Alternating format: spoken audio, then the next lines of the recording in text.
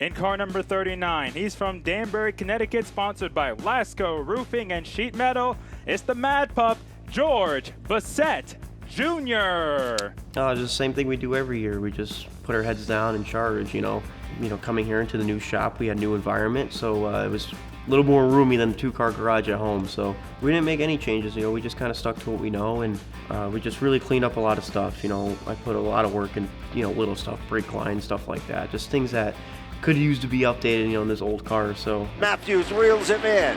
George Bessette Jr. has done it. He will take down the win. we know what we got. We know we got a fast car. We just got to stick to what we know and stayed out of trouble, and we found ourselves on top with a good battle between Nick and Glace and I. Bessette, 4 races, 4 podiums. He's the point leader right now. I think we were good. I wasn't saying I was disappointed. I'm not saying that I was thrilled. I mean, we were super fast, in the beginning half of the year. I think we just found ourselves getting into a little trouble here and there. And now Alex Pearl out of shape in turn number 4. Bessette had to back up. George Bessette Jr. will be parked for the contact over in turn 4. I definitely just said, it's all right, it's no big deal. We're going to come back next week with the same go-get-'em attitude, and especially my crew. My crew, they're behind me 110%, and we didn't make any friends and stuff like that, and I totally understand. I mean, you don't want to be spun out or wrecked in a heat race or in the feature. We went to that 40-lap race, all right, we're starting to sit, 36. Everybody was going to be totally happy if I finished top 5, or not even, like top 15, top 10. I mean, that's crazy. And massive kudos to George Bessette Jr. 37 to 4th. Yeah, amazing. Doing something like that, it really proves to you, like, all right, you guys pass cars. We had a big chip on our shoulder after that race. I think I had more fun in the second half than I did the first half. Bessette blocks the bottom lane and drives it in deep in the 3. Chapman reels him in, but it's not enough. George Bessette Jr. gets his 2nd win of the year. It was kind of like, all right, let's go get these guys. You know what I mean? We can go get these guys. Back to the stripe they come. It is George Bessette to take down the win. That means the point gap, Ben, from 48 points, it's down to 8. Game on, dude. It was go time. He comes off turn number 4. George Bessette Jr. will take down the victory. We basically dominated that month. You would post, like, who's hot, who's not. And I was the who's not at, like, the first half of the year. I was like, hell yeah, I'm on the who's hot list now, baby. Let's go. So we were charging, and then I wasn't letting anybody beat me. No question about it. They're side by side for that 3rd position. George Bessette is 3rd. Brian Sullivan is 4th. That means they'll be tied going into championship night. When you're in the car, you don't think of points. You just think of beating the guy. Tommy, my points guy, he's like, you're tied, I was like, really? He goes, hell yeah, dude, you're tied now. I was like, all right, this is gonna be good. It's gonna be a big deal. A lot of talk about this because the top 2 are tied in the championship standings. And Bessette has the momentum compared to Sullivan. Kind of sat in the corner, like really didn't leave the trailer. And everybody's like, all right, I'm like, yeah, I'm just nervous. Yeah, I'm just nervous.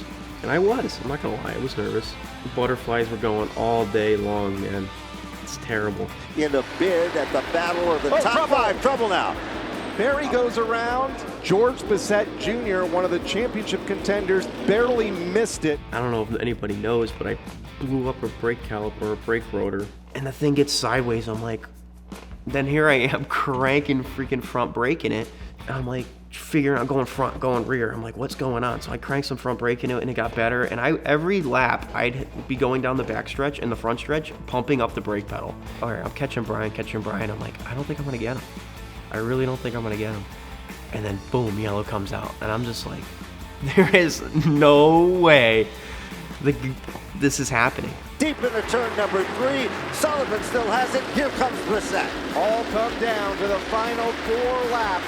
Here is George Bessette Jr. to the inside of Brian Sullivan. George Bessette Jr. will be the man with the crown. It was just crazy. And everybody's like coming up behind you, like hitting me in the back bumper and crap. And it's like 3 years ago, I said to myself, there's no way I would have done it this soon. And then like all the emotions came. I started crying. It was super cool. All my guys, we put 130% into this program. It's amazing. I'm at a loss for words. It's just when you accomplish something that big and basically one of the toughest divisions at Stafford, unbelievable. No one beats the Mad Dog, right? So I got out of the car and I like screamed that. Everybody was like, it was like roaring, dude. It was so cool. It was like an arena full of warriors.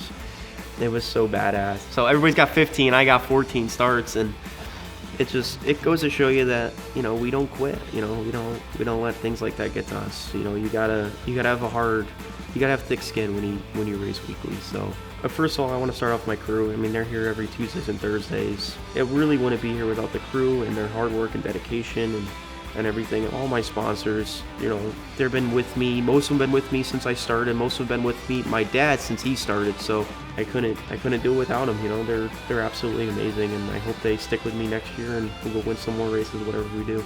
There's a lot of options on the table for us. We're gonna stick with Ted. Ted's sticking around. He loves us, so I'm like a son to him and Annie. I love them guys. They're the best thing that's probably happened to us in a long time. I mean, there's some talks about SK and stuff like that, but we'll figure that out and we'll see where it goes.